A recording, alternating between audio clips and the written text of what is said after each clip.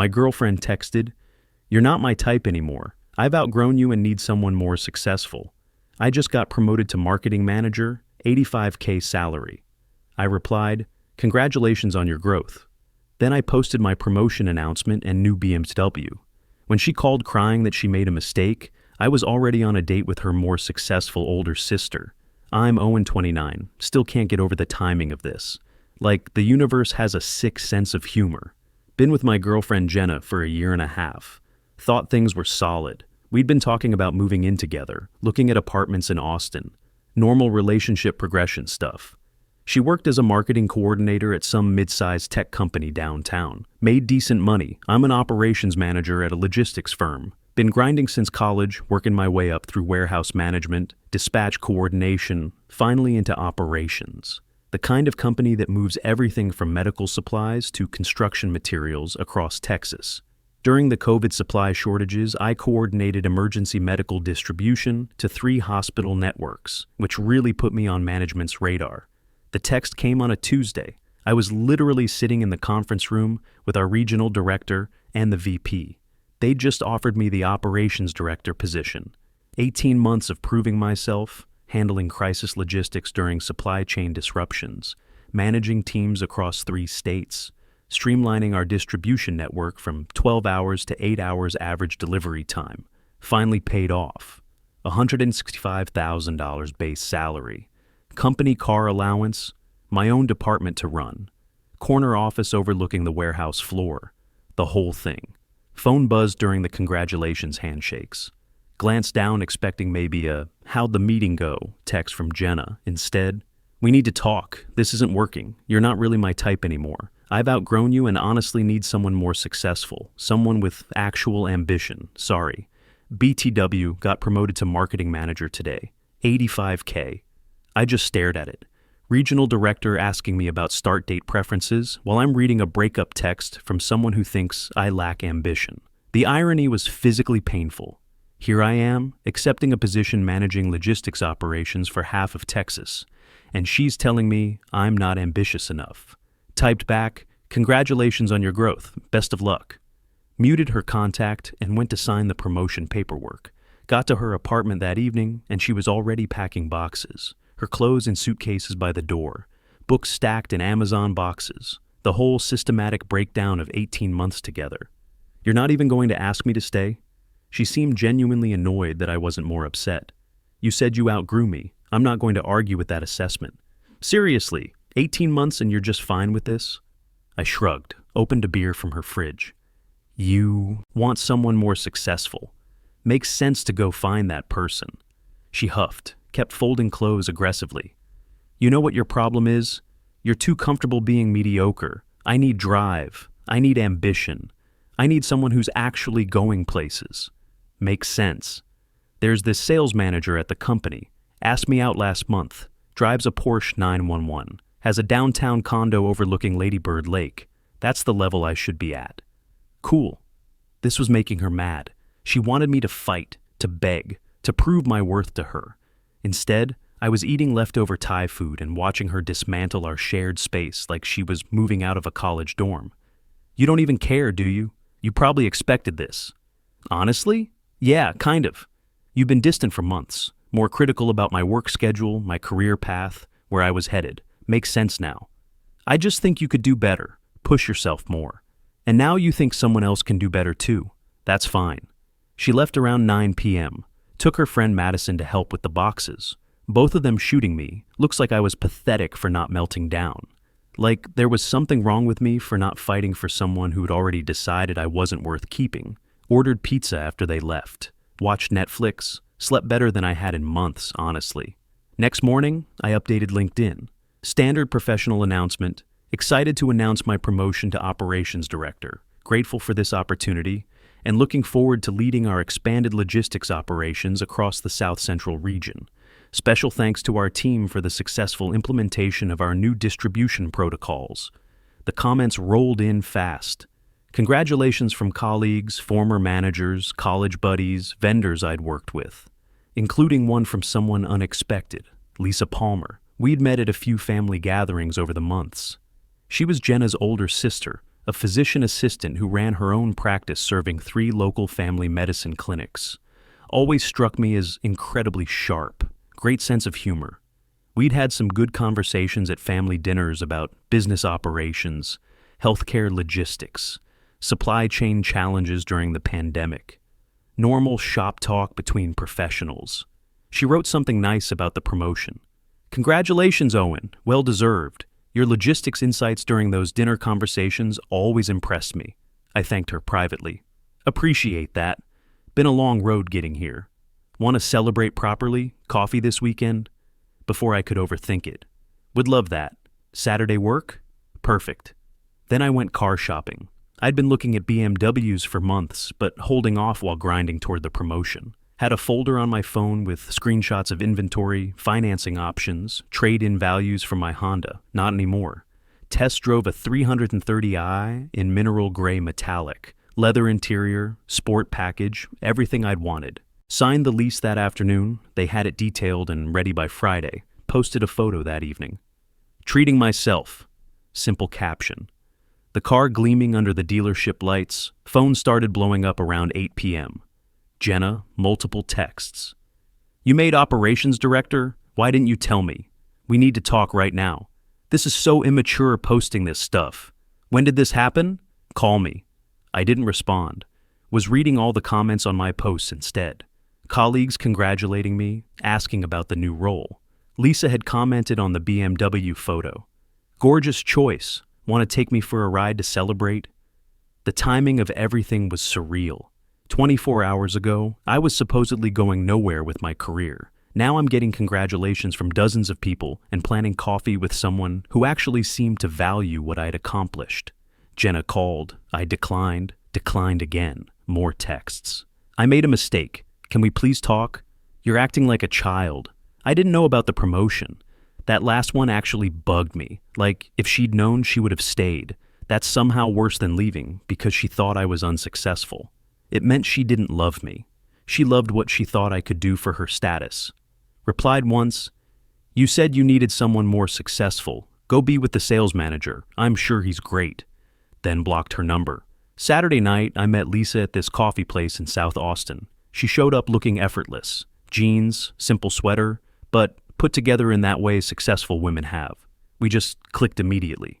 Conversation flowed for 3 hours. She didn't dance around the elephant in the room either. I need to ask, are you doing this to get back at my sister? Honestly, maybe started that way, but you're interesting and I'm having a good time. If that's weird for you, I totally understand. She laughed.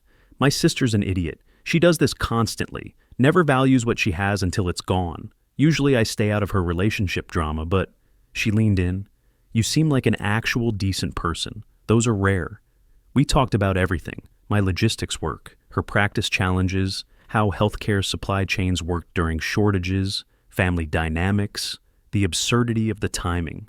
She was genuinely interested in the distribution protocols I'd developed, asked smart questions about efficiency metrics, not trying to compete or one-up, just engage professional curiosity. "So, you basically redesigned how medical supplies reach rural hospitals?" Simplified version, yeah. Cut delivery time nearly in half by rethinking routing algorithms. That's actually incredible. Do you know how many patients that impacts? Nobody had ever connected my work to real human outcomes like that. Jenna always treated my job like some boring logistics thing she had to tolerate hearing about. I drove her home in my old Honda. BMW wasn't ready yet. She kissed me goodnight at her door. "Let's do this again soon." I was floating. Sunday morning, unknown number called. Answered without thinking. "You're dating my sister?" Jenna screaming through the phone. "How'd you get this number? That's what matters to you right now? You're going after my family. I'm not going after anyone. We had coffee. This is sick. This is revenge. You're trying to hurt me. Actually, I'm trying to have a nice time with someone who appreciates me. How you feel about it isn't my concern anymore. She's doing this to hurt me. We've always competed over everything. Maybe she just likes me. Crazy thought." Silence for a beat. Then, "That sales manager thing didn't work out." I couldn't help it. I laughed. "It's not funny. It's a little funny. He was a jerk. The Porsche is leased. The downtown condo, Studio apartment with roommates. He still lives like he's 25. I was dying. That's unfortunate. I made a mistake. I panicked because you were working late all the time, and I felt neglected, and I took it out on you instead of talking about it. Glad you figured that out. So you'll give me another chance? No. Because of my sister? Because you dumped me when you thought I wasn't good enough, then wanted me back when you found out you were wrong. That's not love. That's ego. I do love you. You love the idea of me now that I made director. You didn't love me when you thought I was just some middle management guy going nowhere. She started crying. Real sobs. This isn't fair. You're being cruel. I'm being honest. You wanted someone more successful. Your sister's a physician assistant with her own practice serving multiple clinics. She's more successful than both of us. You should be happy. Hung up. Blocked that number too. Later, Mrs. Palmer called. I was curious, so I answered. This is completely inappropriate. No, hello, just anger. Hello, Mrs. Palmer. Dating your ex-girlfriend's sister. Do you have any shame? Your daughter broke up with me because she said I wasn't successful enough, then found out I made director and changed her mind. Now she's upset I moved on. Not really sure what you want from me here. You're purposely hurting her by dating Lisa. I'm dating someone I like who likes me back. Your daughter's issues with each other aren't my problem. You're tearing this family apart. Then maybe they should work it out between themselves. I'm just living my life. She hung up on me. The BMW was ready Monday. Posted a photo with the keys. Weekend pickup, Lisa commented. Gorgeous. Take me for a ride anytime. Within an hour, Jenna was texting from another new number. Really? You're going to keep flaunting everything? Flaunting what? I'm posting about my life on my social media. If you're looking at it, that's your choice. Everyone can see what you're doing. Dating my sister, buying expensive cars, rubbing it in my face. You wanted someone successful. This is what that looks like. You just wanted it without me. I want us back. There is no us. You ended that. People make mistakes, and people deal with consequences. Block the third number. Things got weird over the next few weeks. Jenna started showing up places randomly.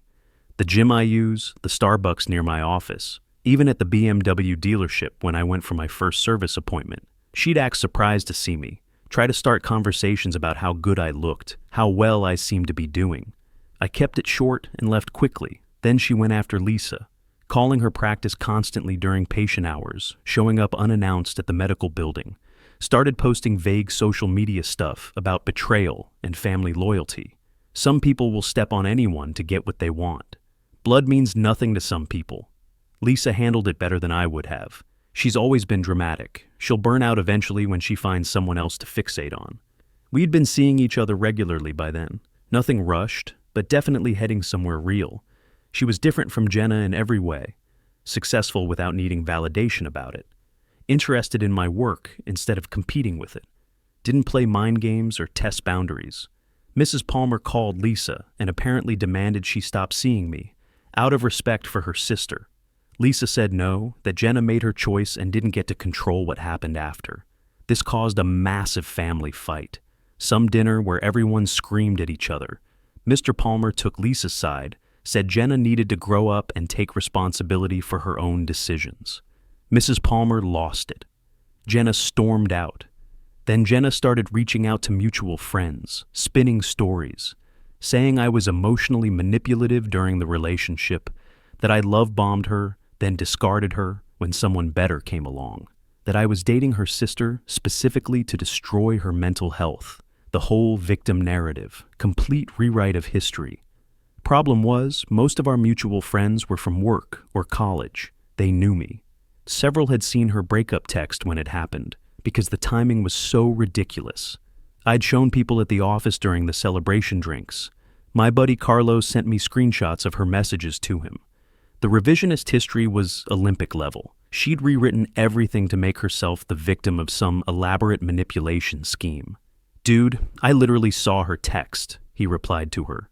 She dumped him for not being successful enough, then got mad when she found out he was. This is insane. She stopped messaging him after that, but kept trying other people. Problem was, everyone remembered the promotion timing. Hard to claim someone's a loser when they just got promoted to director. Then she did something that actually pissed me off.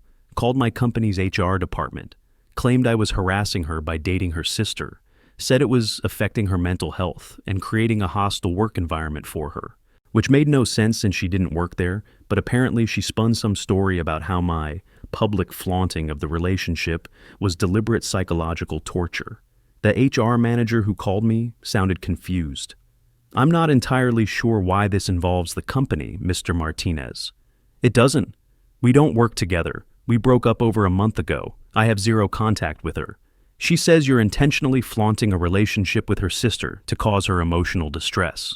We broke up. I started dating someone else who happens to be her sister. I'm not doing anything to her. I have her blocked on everything." They asked for documentation. I sent the breakup text, explained the timeline, showed them the blocked number evidence. They closed it same day, said it was clearly personal with no workplace connection.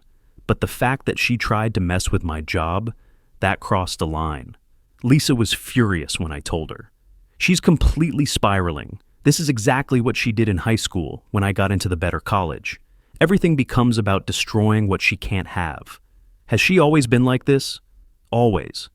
When we were kids, if I got something she wanted, she'd break it rather than let me have it. Mom always made excuses for her, said she was sensitive and needed extra support.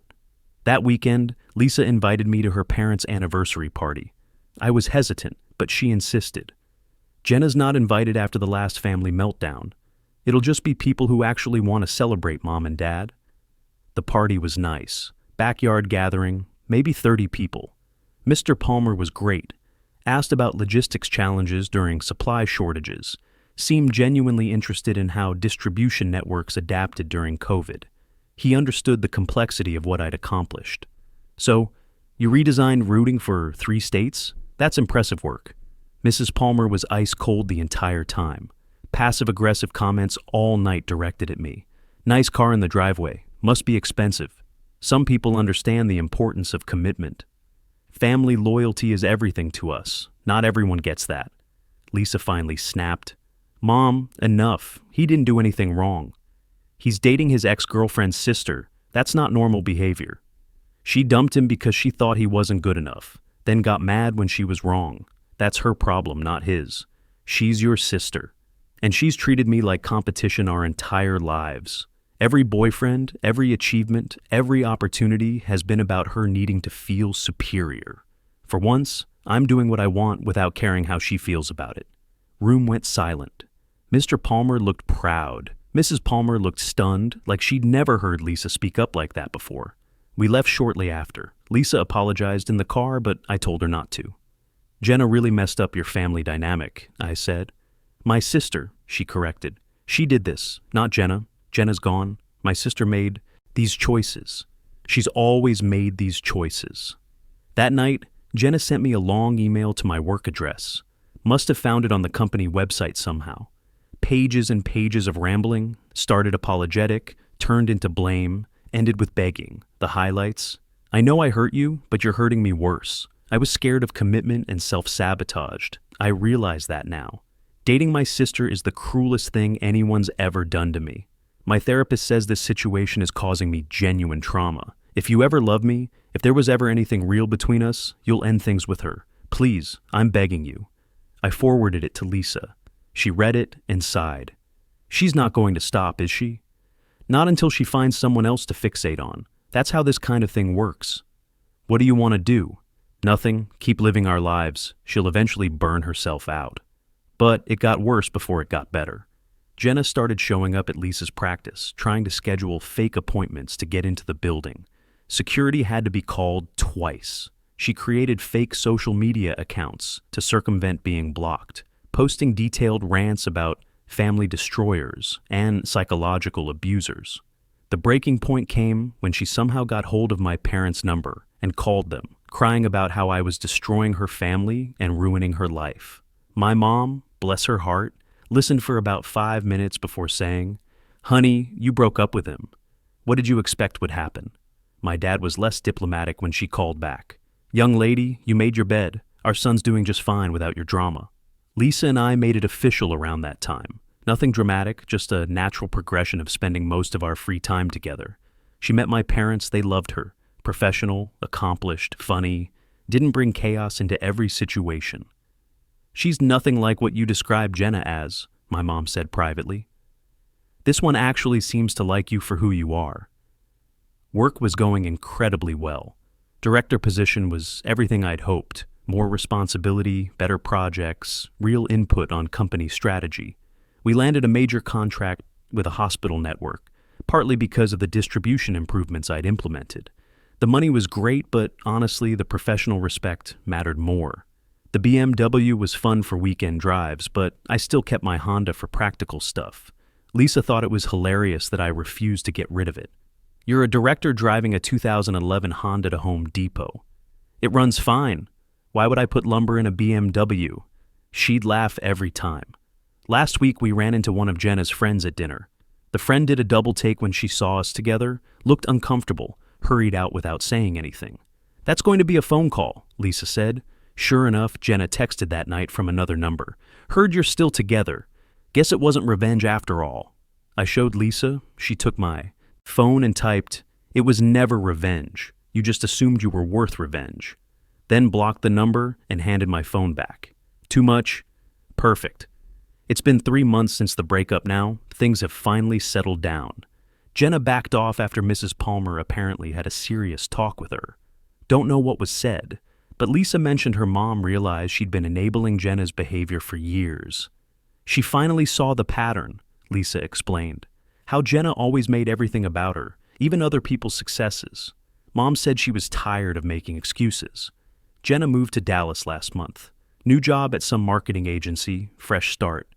Mrs. Palmer told Lisa she needed distance from the toxic environment, meaning me and Lisa being together, which was fine by everyone involved. Before leaving, she sent one last text from yet another number. "Hope you're happy. You got everything you wanted." I didn't respond, but yeah, kinda did. Lisa and I have been official for 2 months now. She met my parents last week. They loved her immediately. She's brilliant, funny, doesn't play games, everything Jenna wasn't. My mom pulled me aside after dinner. She actually listens when you talk about work and asks good questions. That's rare. My dad was more direct. "This one's a keeper. Don't screw it up." The ironic thing is Jenna was right about one thing. I wasn't her type anymore, because her type was someone she could control and feel superior to. The second I became successful on a level she couldn't compete with, I stopped fitting her script. I wasn't supposed to outgrow her. She was supposed to outgrow me. Lisa said something that made perfect sense. "My sister didn't want you to fail. She wanted you to succeed just enough to make her look good, but not so much that she'd feel inferior." That tracked perfectly. Jenna was supportive when I was warehouse management, proud even. Brought me to company parties, posted photos of us at nice restaurants. But as the director opportunity got closer, she got more critical, more distant. Found more problems with our relationship timing. She didn't want someone more successful. She wanted someone less successful than her, who she could feel good about dating. Work's been incredible. Director position is everything I hoped. More responsibility, better projects, actual input on company direction. We just landed a regional contract that'll add 15% to our revenue, partly because of the efficiency protocols I developed. The money's great, but honestly, the professional respect matters more. A junior manager asked me for advice the other day. Been with his girlfriend 3 years, not sure about proposing. "Does she make you better?" I asked. "Or does she need you to make her look better?" He thought about it. "Not sure. Figure that out first. Everything else is just details." I thought about my relationship with Jenna, how everything had to revolve around her somehow, how my achievements became problems if they took attention away from her, how she kept score in ways I didn't realize until after. Then I thought about Lisa, how she celebrated my promotion without making it about herself, how she was excited about the BMW because I was excited, how she handled her family drama without expecting me to fix it for her, how she had her own successful practice and didn't need my success to feel complete. That's the difference. Someone who wants to be with you versus someone who wants to use you as a supporting character in their story. Jenna wanted the operations manager boyfriend who made decent money and made her look good, but not too much money, not so successful that people would focus on me instead of her. When I made director, real money, real status, I broke her script. I wasn't supposed to do that. So she left. Found someone who she thought fit better. Then realized she'd messed up. Not because she missed me, but because she missed what I represented once she knew about the promotion. She didn't want me. She wanted the status. Lisa put it perfectly. My sister doesn't fall in love with people. She falls in love with what people can do for her image. That breakup text still makes me laugh. I've outgrown you and need someone more successful. Best thing she ever did for me. Because if she hadn't sent it, I might have stayed. Might have made director and proposed immediately, thinking we'd made it together. Then I'd be married to someone who resented my success. Someone who needed me to stay smaller so she could feel bigger. Instead, I'm with someone who has her own success and doesn't need mine to feel complete. We're equals, actually equals. We're talking about moving in together next month, taking it slow, but it feels right. Her practice is thriving, my career's on track. We're planning a road trip to Colorado in the spring. She wants to take the BMW through the mountains, says the drive will be gorgeous. Mrs. Palmer actually apologized last week. Called Lisa, asked her to pass a message, said she'd been unfair to me and could see I was good for Lisa. She also mentioned Jenna's doing better in Dallas, dating some finance guy apparently. Really? I asked Lisa. Yeah, maybe he's her type, someone who fits whatever she's looking for now. Lisa smiled. You know what I love about you? You don't play games, you don't keep score, you just live your life. Waste of energy otherwise? Exactly. Sometimes I think about that first text. You're not my type anymore. She was absolutely right.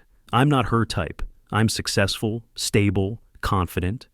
That's threatening to someone who needs to feel superior to their partner. But I'm Lisa's type, and she's mine. Someone who celebrates your wins instead of competing with them. Someone who wants to build something together instead of tearing others down. My ex did me a favor. She thought she was trading up. Turned out she was just removing herself from something good. Sometimes, the trash really does take itself out. You just have to let it.